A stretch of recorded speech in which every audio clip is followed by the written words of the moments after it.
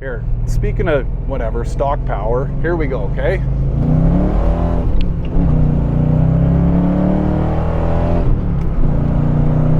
I mean, the old girl still gets down, right? Crawling along in third gear, like ultimately getting it to a point where it almost wants to stall. Oh no, it won't stall, right? Push the clutch in and it just catches itself and off we go. Well, I'm gonna start out in second gear a little lower than normal, right? Lugs itself along like an old 7.3 Power Stroke and off we go. Howdy folks. Okay, I thought I'd take you guys for a little ride with me as I get ready to tuck this old girl away for winter and tell you a little bit of a story that I've been meaning to tell for quite some time. And it's obviously my theory and my opinion, but I think it's worth sharing because I've had this conversation with a few other buddies recently and they feel the exact same way that I do. Brother Tom being one of them. For those of you that, everybody that watches my channels had to have heard or seen one of Brother Tom's videos, they're unreal. So this theory that I'm referring to is stock the answer? And what a better car to take you out for a ride and discuss this with you guys. So this car, for those of you that are completely unaware, or you've never seen any of my other videos on this car, 1991 GT convertible, okay? It has 95,000 miles, 95,000 miles on the odometer. And for what it's worth, this is like pretty close to bone stock. Now, again, referencing my other videos, I've put a gear set in this car, so it's got a set of 355s in it. I have put a little poor man's LMR short throw shifter, and I've put full exhaust, shorty headers, off-road H-pipe, and a MagnaFlow cap back. And whatever, done a tune-up on it, okay? Like, it's got the spark plugs and wires and cap, rotor, all that good stuff. Other than that, this car is stock. Like, I mean, it literally still has the air silencer in behind the airbox. When I got this car, it was literally bone stock.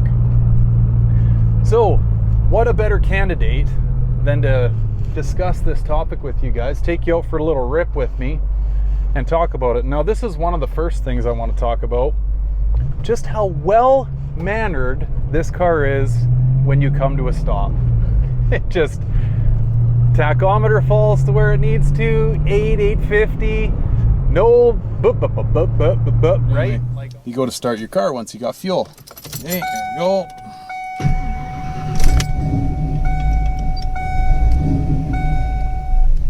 Oh, there we go, right? That's good. Right? Like all of our cars that have had way too much time, effort, money, and work sunk into them, it does none of that, right? Back when we fired it up, every single time, burp, burp, burp, bang, and it starts. Every time. No like, I don't feel like starting right now. And you got to do the old injector clear, right? Hold it to the floor, turn it over, start it. These are all tendencies that cars that have been effed with have, okay? So back to my earlier comment there regarding Brother Tom. He and I were talking recently because he has this car that he just recently picked up. I forget the year. It might be a 91 as well. But it's a little coupe that he's known about for a bunch of years. And it is in a roundabout way fairly close to stock. And now again, Brother Tom, he's going through some crazy high-end upgrades with his blue GT. And he decided to throw this coupe into the stable as of late. And he's just kind of poking around with it, fixing a few things here and there. He's recently done some videos on it. And he and I have been texting back and forth during the days discussing just how nice it is for him to go out and enjoy some time with, say, him and his wife in that little old primered up coupe, right? That is fairly close to stock. He thinks it might have a cam in it, which I guess kind of defeats a little bit of the purpose of being stock.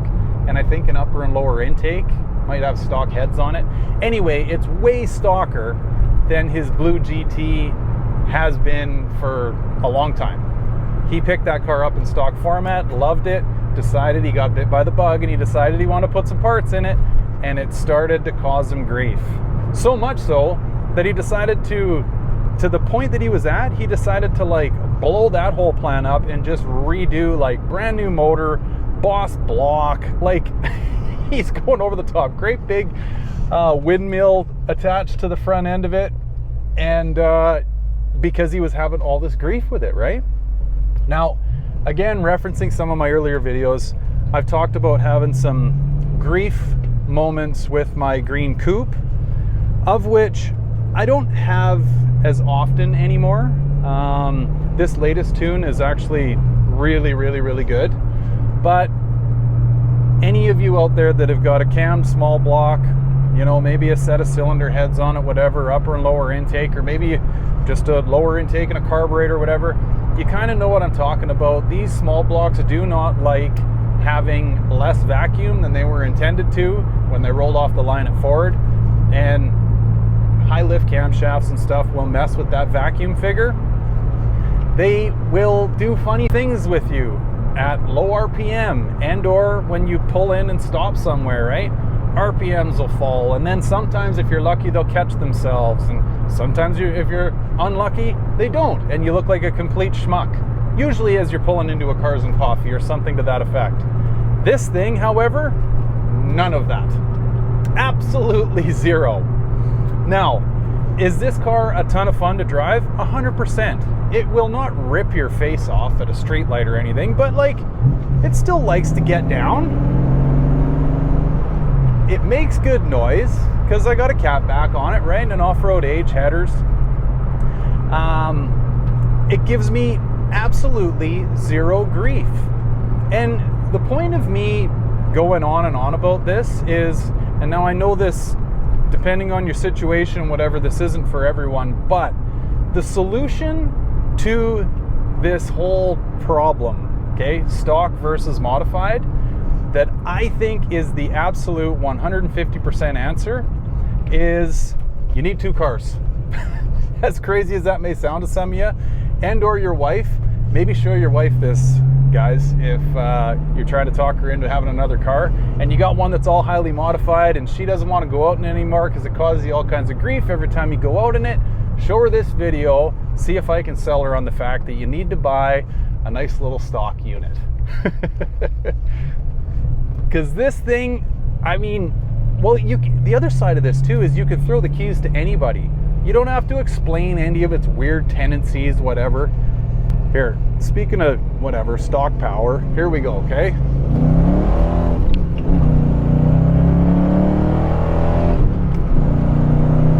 I mean, the old girl still gets down, right? This thing's got a set of Toyos on it that are ultra sticky. I mean, it'll still break loose in first gear with nothing more than exhaust and a set of 355s.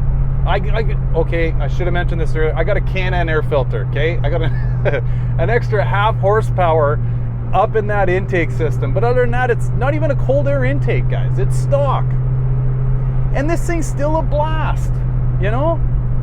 Anyway, I don't know if that kind of resonates with any of you out there. I mean, I'm sure there's some of you out there that do have a stock car, or maybe you still have a memory of what a stock car is like. Like, they're fun, you know? You can have all the fun in the world in this thing, and you never have to worry about, uh-oh, maybe the tunes are too loud, or I'm talking to somebody and I pull up to a street light and I'm gonna put my clutch in and I gotta stare at my RPM to make sure it doesn't stall. You have none of that. It's just pure, good old-fashioned Mustang Foxbody enjoyment. So, I don't know, guys. If you can do it, I ultimately think the answer is, here, actually, here's another quick one. Crawling along in third gear, like ultimately getting it to a point where it almost wants to stall. Oh no, it won't stall, right? Push the clutch in and it just catches itself and off we go. Well, I'm gonna start out in second gear a little lower than normal, right? Lugs itself along like an old 7.3 Power Stroke and off we go, right? So much fun. I actually just gave the keys to my mom in this thing, it was maybe 6 weeks ago now.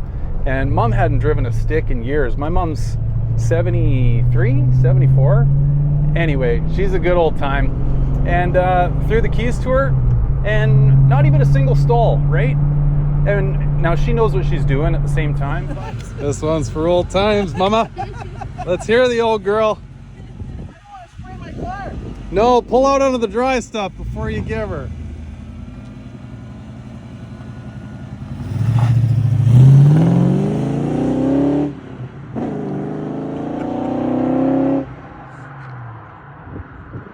Oh, almost missed third. Same time, but these things are just so friendly because they got a pile of torque, right? As long as you kind of get your clutch figured out where it wants to grab and whatever, this thing's like as close to stock as possible. It has been replaced, I should mention that, but it's just an OEM replacement, like a Luke clutch, nothing fancy. And yeah, off she went in it, right? And then she's grabbing gears inside of about 1,000 feet down the road, right? Just loving life. So, in summarizing all of this information, I think stock cars are fun. It still gives you all the smells, all the sounds, especially if you got an exhaust kit on it, whatever. All the enjoyment that you know, love, and or remember from having a Foxbody, but you get none of the modified grief at all, okay? And you don't have to modify this one if you don't want to. If you're fortunate enough to have another one that's modified, parked right beside it, that one can cause you all the grief in the world, right? And guess what? If it's ever causing you too much grief, you can just take the stock one out and still have a great afternoon in a Foxbody. Anyway, folks, I hope all that rambling information helps you, or worst case scenario, gives you a little bit of entertainment. I'm gonna fill this tank up and get this old girl ready to park for the winter. She's going for a deep slumber. But thanks so much for watching, guys. I really appreciate it. And we'll catch you on the next one. Take care, guys. Bye for now.